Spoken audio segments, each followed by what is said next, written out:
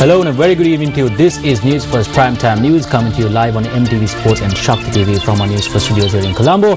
I am Shaheen Jurangpati. And I am Nicola Dezoiza. As usual, we start off with a look at tonight's headlines.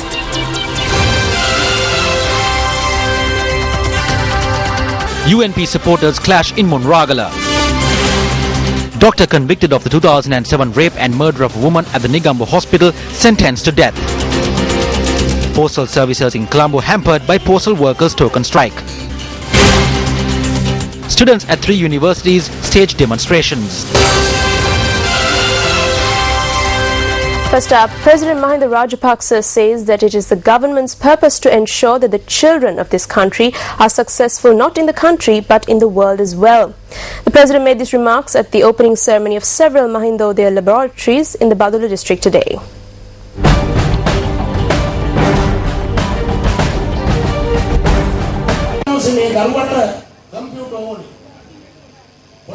The Mahindodaya laboratories of 4 schools in the Badula district were declared open today. A 40 computer laboratory has been constructed at the Bibilagama Mahavidyalaya in Passara, Badula.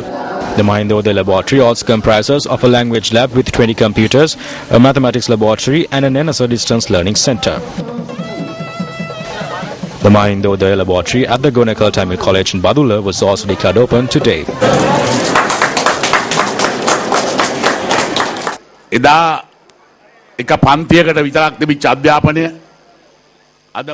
very happy today that we are able to gift these Mahindodaya laboratories to these schools.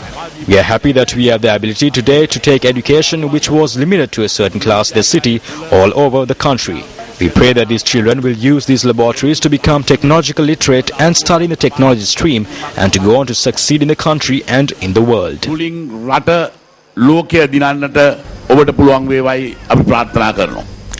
Making headlines this evening, a doctor who was found guilty of the rape and murder of a young woman at the Negombo Hospital several years ago was sentenced to death today. Negombo High Court Judge H.M.H. Gafur handed down the sentence today following a lengthy trial. The death of 22-year-old Chamila Disanaika, who fell to her death off the 6th floor of the Negombo Hospital in 2007, was a subject of much controversy. Police investigations later revealed that the young woman had been raped by a doctor at the hospital who had then flung her from the 6th floor to her death. The doctor, Indika Sudarshana Balage, was later arrested and produced in court, following which indictments were filed in the Negombo High Court. He was found guilty of murder and sentenced to death. He received a 15-year prison sentence for the rape, a fine of 10,000 rupees and an additional 6 months in prison in the event of failure to pay the fine. The murdered young woman's parents too attended the sentencing hearing at the Negombo High Court today. Chamila Disanaika, resident of Katukar Mandia in Damagala, was employed at an apparel factory prior to her murder. Meanwhile, postal services in Colombo and its suburbs came to a standstill today due to a token strike launched by postal workers. The Central Postal Exchange in Colombo was the worst affected as a result of the token strike. Activities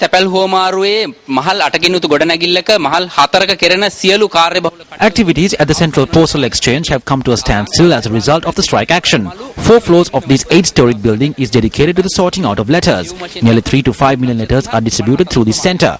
However, the centre seemed deserted today due to the token strike. 16 postal trade unions have joined the trade union action. The trade union members are calling for the abolition of Circular 6/2006, which dictates recruitment and appointment of officials in the service. We are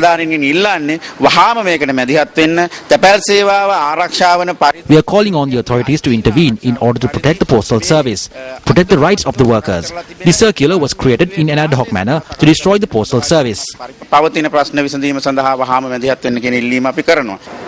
The disruption of work at the Central Postal Exchange also disrupted the distribution of mail to the other areas of the country as well.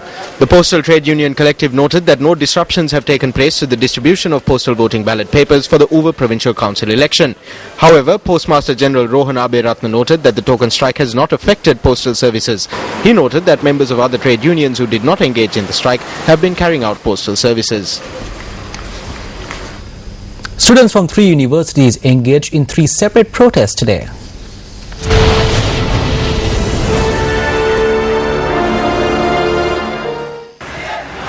The Students' Union of the Ruhunu University engaged in a protest today in front of the university. The protest was staged calling for the release of a Sabaragamu University student who is being detained by the Terrorism Investigation Department. Vehicular movement along the Tangol-Mathura main road was obstructed due to this protest. The protest march commenced at the campus and proceeded to the Tangol-Mathura main road. A tense situation arose after the Mathura police arrived at the scene.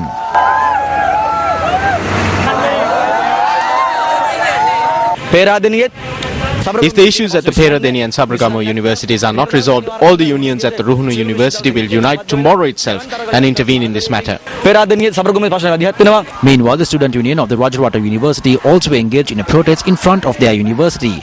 The protest was staged calling for the release of several Sabaragamu and Peradeniya University students who are imprisoned. The Students' Union of the Sabaragamu University engaged in a satyagraha for the second consecutive day today to protest the prohibition of the union and 4 faculty unions. Satyagraha was carried out at the Pamahina junction on the Badula Colombo road.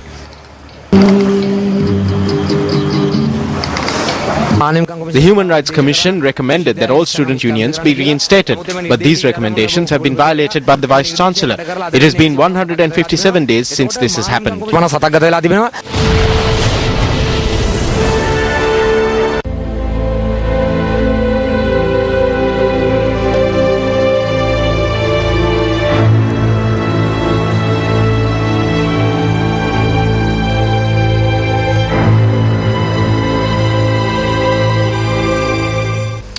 The man who self-immolated opposite the Kolpiti police station last morning passed away while being treated in hospital last night. The police say that the post-mortem examination has confirmed that the cause of death was suicide by self-immolation. The deceased has been identified as 72-year-old T.V. Piyasena.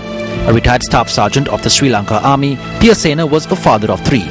He had retired from the army in 1983. He had been living at his younger daughter's residence. He buys a lot of lottery tickets. He steps out saying he will purchase a lottery ticket and return. But yesterday he did not come back. I thought it was about time that he returned since he only went to Malabay. He has a friend in Malabay. I usually make tea by around 10:30 or 11. So I thought to myself that he would have told me if he was getting late. It was then that I got the call. His daughter said that he had threatened to commit suicide on a prior occasion as well. Once before he told me that if the human rights violations against the president in Geneva are proven, he would go to Kolpiti and self-immolate. I scolded him and we asked him if he was mad. And then he said that if something happened, he would commit suicide. He loved the president that much. He would not let anyone say anything about him.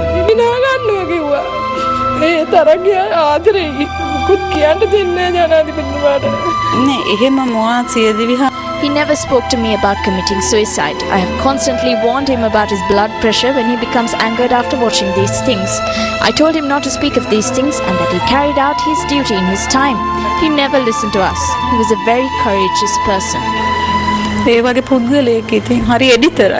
The deceased had paid a funeral parlour 4 years ago to conduct his funeral rites following his death.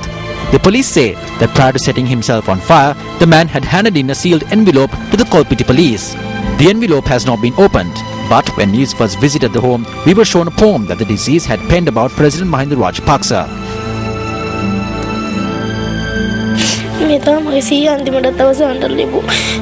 This was the last song that my grandfather wrote about the country. He was very good, but he was too involved in politics.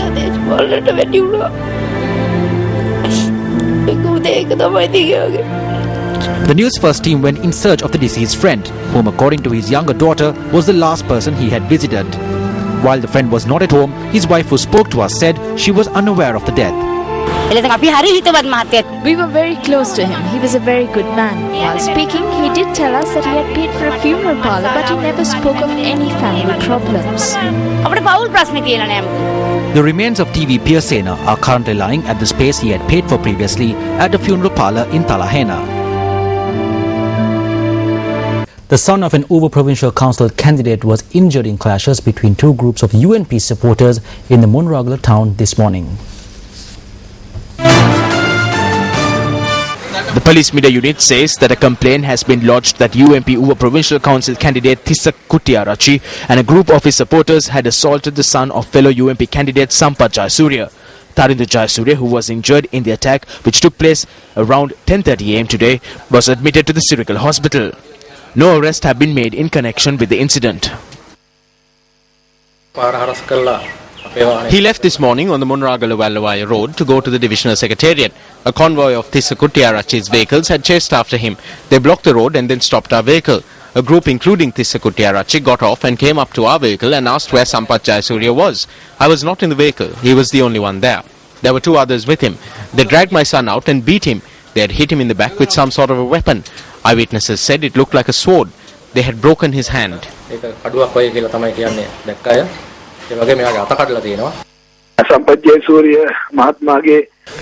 Two vehicles stopped my convoy and they came up to me and said that they would not let me engage in politics in the Munragala district.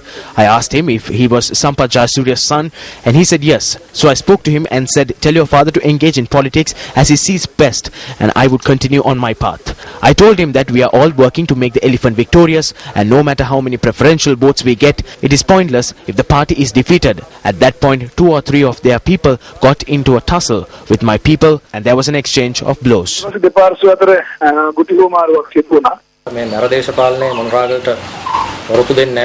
brand of thug politics will not do in Munragala. As a father, it is difficult for me to bear this. I am saddened that a person from our own party who has no connection to the Munragala district is engaging in politics here in this way, and by the fact that he has accepted a government contract to disrupt the journey of the UNP. I wish to call upon our party leader to take a decision on this matter as a party. All I can say is be more cautious and thoughtful when introducing persons like this to politics in this district. district එකට ඇතුල් කරනකොට මීට වැඩිය කල්පනාකාරීව වගකීමින් ක්‍රියා කරන්න කියන එක තමයි මට කියන්න තියෙන්නේ. Meanwhile, a Newsfirst reporter captured this footage opposite the Munragala hospital this evening.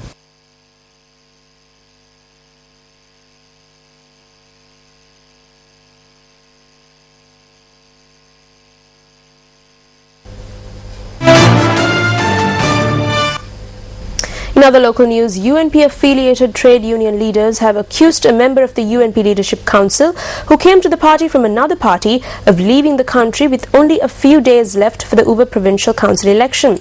They point out that the party cannot achieve victory with a Leadership Council which comprises of members who flee in the face of challenges.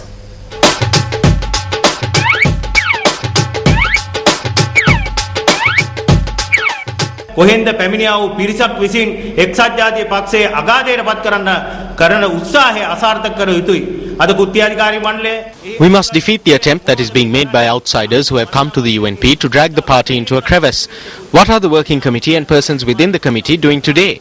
Individuals who have no voter base and who behave like jokers are acting today. People like Mangala Samaravira, who murdered the political character of Ranil Wickremesinghe, have entered the party today. We must put a stop to the destruction they are causing after casting aside mature politicians who have sacrificed much for the party after levelling unbelievable allegations against them.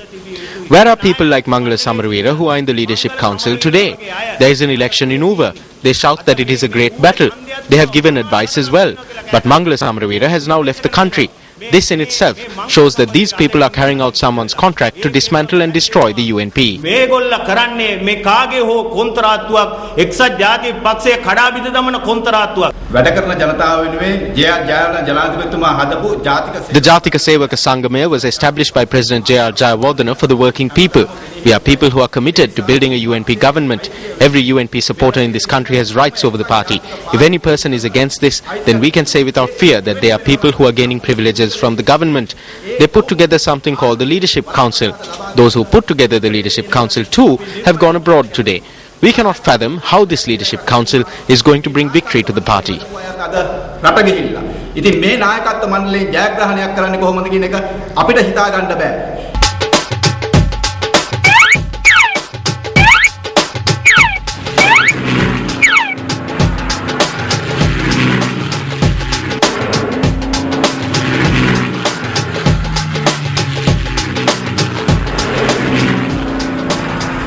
Addressing a media briefing in Colombo today, UNP General Secretary Tissa Atanaika stated that several changes will be made during the 68th anniversary celebration of the United National Party. I cannot divulge the complete agenda. However, I will state that steps need to be taken to make the party emerge victorious. The best message we can give party members and citizens of this country is that we will be celebrating the 68th anniversary as a united party.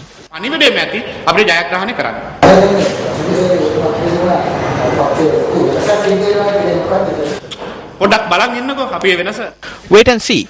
We will make that change. I cannot speak about it in detail. However, that change will be made within the UNP. Still in local news, the Unity Through Power Devolution movement convened a media briefing in Colombo today. Various persons are making various statements today. Jalabdeen from the Central Provincial Council has said yesterday that after Azad Saleh came to Kandy, the party lost all the singular votes. Did they have any singular votes to lose? 9 of them were elected because Azad Saleh came here. If they can go ahead without us, then do so. Jalabdeen got 46,000 votes because I got 57,500 votes. He would not have been elected otherwise. These are the problems within the UNP. The UNP Leadership Council has no control over their public representatives. How can these people who have no control over provincial councillors succeed in forming a parliament? And up next is a battle for over.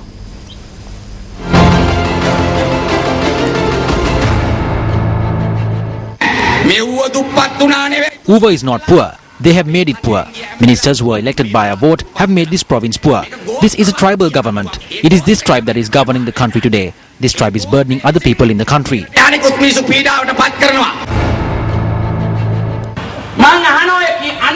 I wish to ask those who lament what they have done to make this province rich.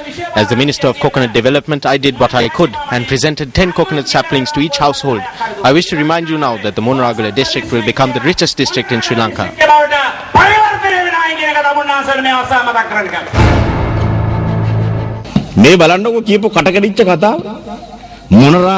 Siamalandu is the poorest area in Sri Lanka's poorest district, Monragala. He says you can collect coconut shells and sell them for 500,000. He says there are such people here.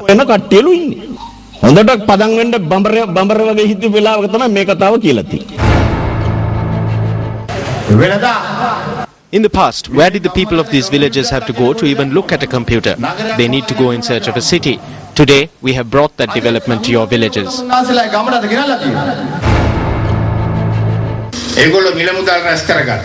They collected wealth and vehicles. They collected property. They gave their children a future and education and everything they want. But your hopes have been dashed. That is why we have understood that as long as these powerful parties are in government, there won't be a prosperous future for the country.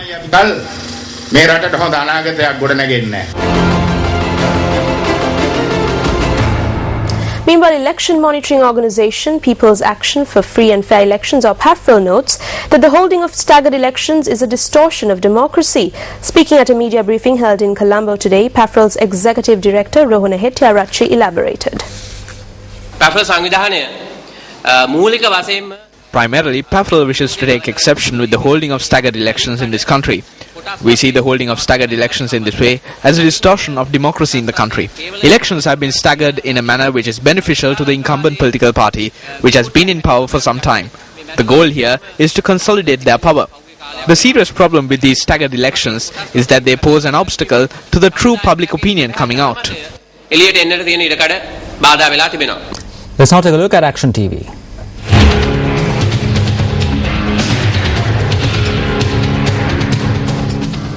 This wall, which surrounds the residence of the Vice-Chancellor of the Rajarata University, provides protection, a sense of aesthetic pleasure and pride. It is possible that the Vice-Chancellor too feels some sense of pride being able to live in a residence surrounded by such a wall. Citizens of Sri Lanka who have either seen or are yet to see this wall too can be proud, since the construction of the wall was paid for using their tax rupees. However, regardless of the beauty of this wall, if public funds have been spent in a meaningless fashion on its construction, it is truly an injustice to the public.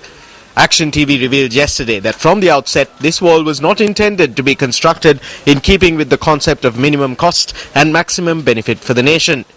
As per an audit query submitted by the Auditor General, who is yet to respond to many queries himself, to the Vice-Chancellor of the University, the contract for the construction of this wall was granted by the University Appropriations Committee to a company which submitted a tender for 9,636,622 rupees. This was against a backdrop where the State Engineering Corporation had already submitted an expenditure estimate of 8,006,455 rupees for the wall project for a consultation fee of 5.5%. The financial losses incurred by the university as a result of failing to follow the advice that it paid the State Engineering Corporation for is in excess of 1.5 million rupees. At the same time, the university has rejected the lowest tender offer even after the contractor in question noted in the tender documents that he would return a sum of over 613,000 rupees in assets to the university. The far more serious factor here is that the university administration signed an agreement worth 10,032,647 rupees with the company which had submitted a tender for 9,636,622 rupees to the University Appropriations Committee. As per the audit query, the university representatives on the Technical Evaluation Committee had decided to grant the contract to the company in question without the participation of the only external representative on that committee. A statement made by the subject minister on the 20th of last month in Parliament shows that fund allocations for higher education are so plentiful that there is too much to be spent. However, shouldn't steps be taken to charge money from the people responsible for the construction of this wall, if only to show that persons will not be allowed to wastefully spend public funds in spite of how plentiful they are? Minister of Higher Education, this is over to you.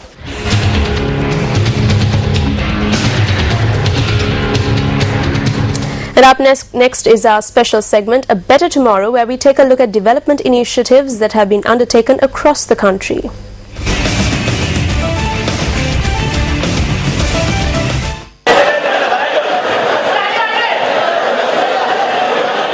The St. John's Wholesale Fish Market in Colombo was closed down on the 31st of March 2011. This is what can be witnessed at the location today. The complex, which has been renovated and given a new look, is intended to serve as a gem and jewelry sales centre in the future, adding to Colombo's commercial value. The complex comprises of 83 shops and also includes bank branches and restaurants. An office of the National Gem and Jewelry Authority has also been established at the premises to provide a guidance for consumers and to help consumers examine their purchases. The complex, which has been constructed with labour from the Sri Lanka Army under the supervision of the Ministry of Defence and Urban Development, will be declared open the day after tomorrow under the theme Gold Centre.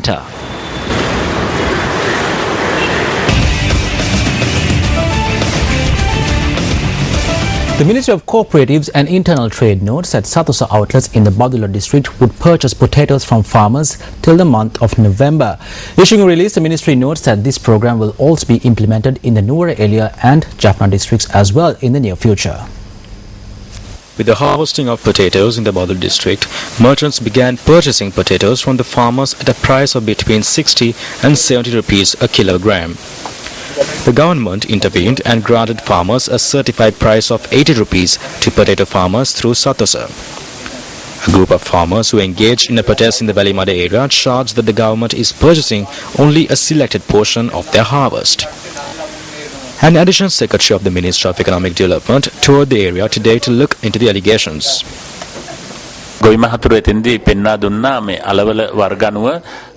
Farmers pointed out that their produce is being rejected based on the types of potatoes. However, Laksata's officials informed me that no such rejection took place. We plan to provide loan facilities to these farmers at a concessionary rate and continue with the certified price system. Meanwhile, traders at the Dambul Economic Centre have decided not to sell imported potatoes for a period of 5 days in order to create a better market price for local farmers. We can implement a program to protect the local farmers. We believe that the price of potatoes will increase from 60 to 80 rupees. යයි කියලා වෙළඳපොලේ. Meanwhile, former Chief Minister of the Northeastern Province Varadaraja Perumal says the current Chief Ministers elected by the people in the Northern and Eastern provinces have no powers at present. The Hindu newspaper reports that Perumal, the leader of the Elam People's Liberation Front or EPRLF, had made these remarks while speaking to journalists in Chennai, Tamil Nadu. Speaking to Indian media, Varadaraja Perumal also noted that when the Indo-Lanka Accord was signed, it was accepted with a guarantee by the Indian government that the 13th Amendment to the Constitution would be implemented in totality. The EPRLF leader added that it was India's responsibility to ensure that the Sri Lankan government devolves powers to the provincial councils. In the meantime, in a letter to Indian Prime Minister Narendra Modi, Tamil Nadu Chief Minister Jayalalitha Jayaram has taken exception to reported remarks of BJP leader Dr. Subramaniam Swamy that he had advised the Sri Lankan government not to release the boats of Tamil Nadu fishermen. Indian media reported that Jayalalitha Jayaram, pointing to a televised interview of the BJP leader on the 1st of September, wrote, quote, "It is particularly distressing that a senior member of the BJP has, in a televised media interview, stated that it was he who advised the Sri Lankan government not to release the boats of Tamil Nadu fishermen," unquote. While expressing confidence that Swamy's remarks were not the official views of the BJP or the union government, the Tamil Nadu Chief Minister added that his comments pertaining to the release of Indian fishermen's boats were spoiling the efforts of the party and the centre to resolve the problems of fisherfolk.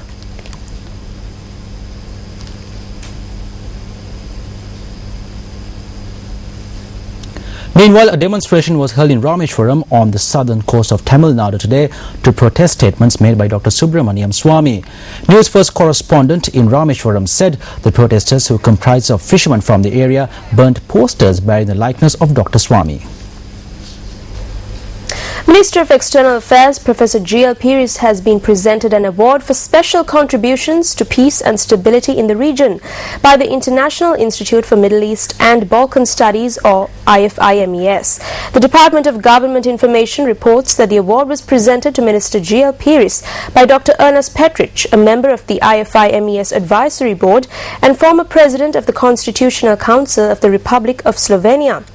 Dr. Petric stressed Minister Peiris's contribution to the academic community and diplomacy, his role in the peace process in Sri Lanka, and his efforts to establish stability and peace in the region.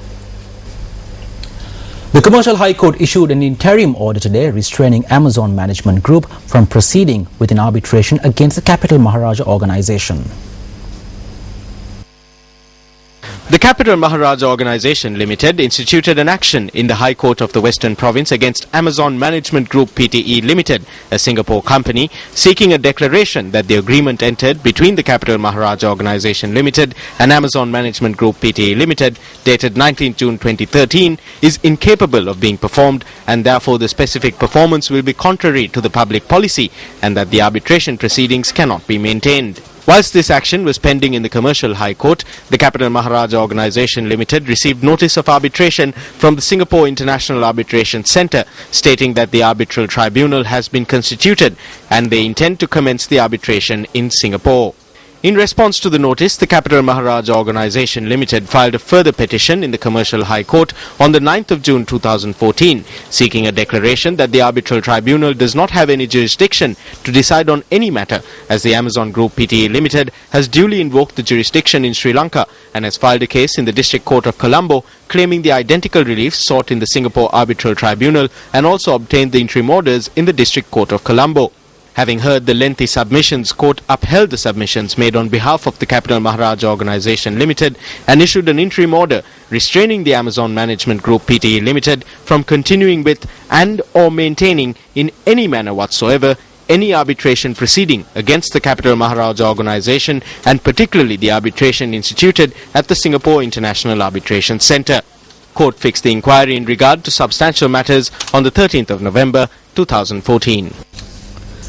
President's Counsel S.A. Parthalingam and Attorney-at-Law Nishkan Parthalingam, instructed by Attorney-at-Law G.G. Arul-Pragasam, appeared for the Capital Maharaja Organisation Limited, while Attorney-at-Law Suryan De Silva, instructed by Attorneys-at-Law D.L. Deseram and F. Deseram, appeared for the Amazon Group Private Limited. In sports, it's cricket news. Chairman of selectors at Sri Lanka Cricket, Sanath Jayasuriya, speaking to Sports First today, noted that the committee appointed to select the next national coach has shortlisted 8 candidates out of 17 applicants. A committee comprising of 8 persons met this morning at Sri Lanka Cricket headquarters to decide on the position of the Sri Lanka national cricket coach. Former Sri Lankan batsman and current head coach of the Sri Lankan team, Mavanatapattu, is among the 8 candidates that have been shortlisted. The committee convened a meeting today and discussed the matter of a fielding coach and also about a coach for the team. Out of the applications we received for the post, we have shortlisted 8 applicants. 6 have been shortlisted as coaches and 2 have been shortlisted as consultants for the team. We will be holding further discussions in the future to fill the remaining vacancies. Consultant job එක හැටියටත් තමයි දැනට කරලා තියෙන්නේ. Meanwhile, the official website of Sri Lanka Cricket notes that 17 applications have been received for the post of fielding coach, which consists of 2 locals. We need to carry out further discussions over the position of fielding coach and who can be recruited for training. Therefore, we hope to make the announcement in the future. Meanwhile, the CEO of Sri Lanka Cricket, Ashley De Silva, said that information regarding the 8 candidates who are shortlisted for the post of head coach will be announced through the media tomorrow. Well, that's a wrap of your primetime news for tonight. Thank you for joining us. For the Newsfirst team, I'm Nicola D'Zoiza. And I'm Shahin Rampati. Good night and take care.